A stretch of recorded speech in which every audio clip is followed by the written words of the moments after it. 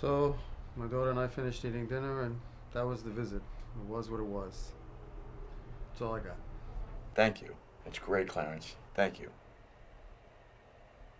Who's gonna go next now? Who wants to share?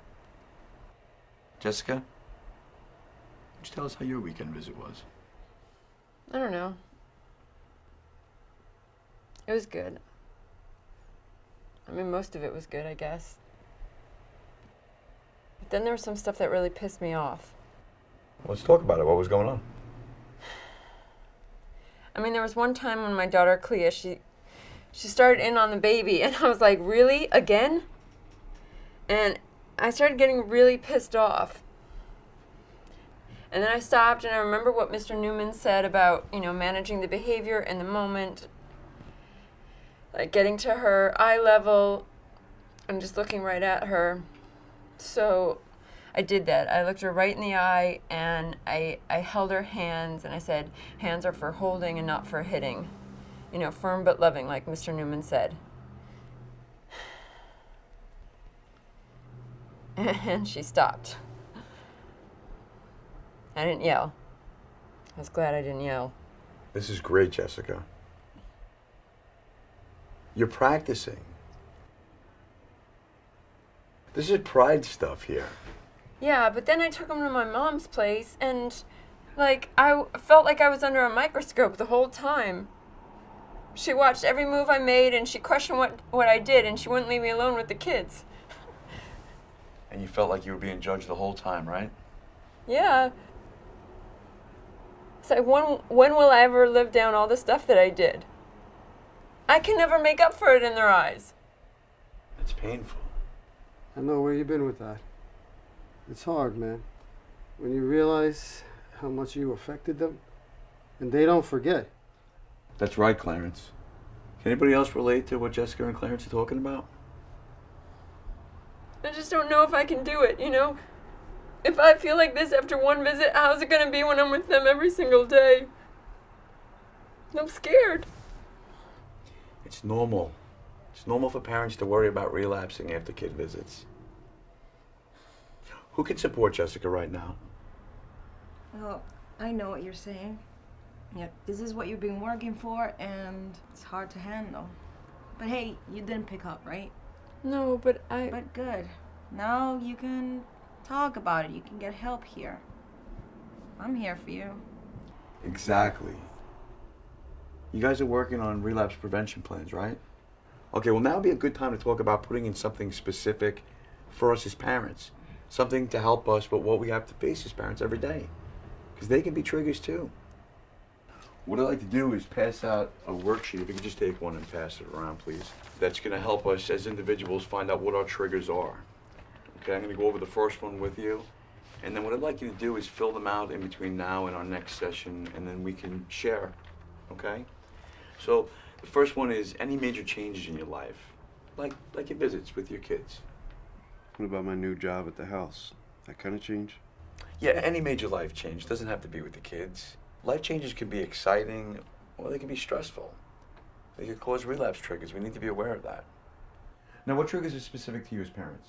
Besides getting into fights with my kids, seeing old friends who drink. Yes, that is a trigger, but it's not really parent specific. Maybe there's one more? Like when you get judged for the way you act with your kids or acted with them. Yes, that's it. Those tough behaviors of our kids, no matter how old they get, can be stressful triggers for us. Balance of family and your home life, that can be a trigger. There's many, but two that I'd really like to bring out that tend to go underground are unresolved grief and loss and ambivalence. What are they? I remember that from a different group. Grief is the feeling you have when you lost something that you love, and loss is what leaves, like when somebody dies or when you don't live with your children. That's loss, I think. Or on a visit with my daughter when she was yelling at me for not being around when she was a kid. I felt that, that lost time with my kids. Unresolved grief and loss definitely challenges your recovery. Now you got to be able to deal with loss without having the substances there. It's a challenge. Okay, the other big trigger is ambivalence. Does anybody remember what ambivalence is? That's when you have mixed feelings about a situation and you don't know what the right thing to do is. Right. Ambivalence is when you have different feelings about your kid at the same time. I mean, that could be a trigger. But I mean, who's going to talk about it? I mean, come on. I mean, I'm supposed to want to be with my kids all the time, and I do, but sometimes I'm really scared with my kids. I don't know. I love my kids. Of course I want to take care of them. What good mother doesn't? Well, being ambivalent doesn't make you a good mom or a bad mom. Everybody at one time is ambivalent toward their kids. Well, there could be a lot of judgment about this feeling, right? Well, no judgment here. We're all about being honest in recovery. You guys are doing a great job. Let's move to the next stage of the plan. And so for every trigger, you're going to identify a warning sign. And something that, will tell you if you're sliding down a slippery slope and about to pick up. Now, who knows their warning signs? Anybody? For me, I isolate and spend more time in my room by myself. I get irritable.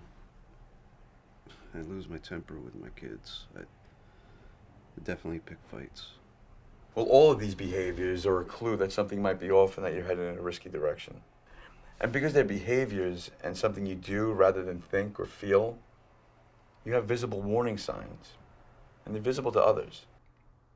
Other people can notice them and help, which is the next part of the plan. Who will notice your warning signs if you can't? People close to you and your kids? Well, somebody that knows you well enough that they'll know when you're off. This is a bit different than the usual relapse prevention plan. So think about it. Who would notice you sliding? My sister? She knows me better than anybody. My counselor Jake, my buddy Jim at work. I hate to say this, but my mom, she knows me. Okay, good. I want each of you to talk to your counselors about this special person that you can invite to see these signs and help you out. Come on, listen. I know it's work, but treatment is work, isn't it? Yeah. Getting your plan together now is so much better than scrambling for when you're ready to complete. That's just going to add to your stress. Use your time wisely, people. And, of course, who's going to benefit the most beside you? Your child. Okay, so our parent-specific plan includes identifying any life changes, naming your triggers, naming warning signs and the people who will notice the signs. And the last part is making sure that your child is safe, even if you decide to use. Now, we hope you don't use, and we'll be rooting for you, but we need to know that no matter what, your child will be safe. And that means they're not going to be with you for a while. That means they're going to be with somebody else. So why is setting this safety plan important? I think it's being responsible as a parent. Good. Talk about that. Even if you're going to use, it shows that you're thinking about your kids first, which is more responsible than not thinking about them at all and saying, screw it. Yeah, and even if you have a case mandated, it at least shows that you're putting your child's needs first, which is different than what it used to be like. My kids were never in danger from my use. Well, that might be true, but it doesn't mean that it's going to hold true for the future. So plan smartly, okay? The child safety plan has to include where the child's going to go and who's going to care for them. Will they care for them as long as needed? And what's the plan to have them return to you? All this, by the way, is on the worksheet, which you can fill out. You need to find somebody that your kids will be safe with and that they're safe themselves. It's a lot of information and a lot of ideas to take in. Most importantly, it's a lot of work for you. Any ideas? It's so good. It's hard, but good. It's a lot. But I gotta get out of the ruts with my kids, man. It's worth it then. For my grandkids, too. What you guys need to do is start talking to your counselors about parent-specific plans and start writing it out. It's very special work that we do. Parents in recovery, it's a real gift for your kids and for you.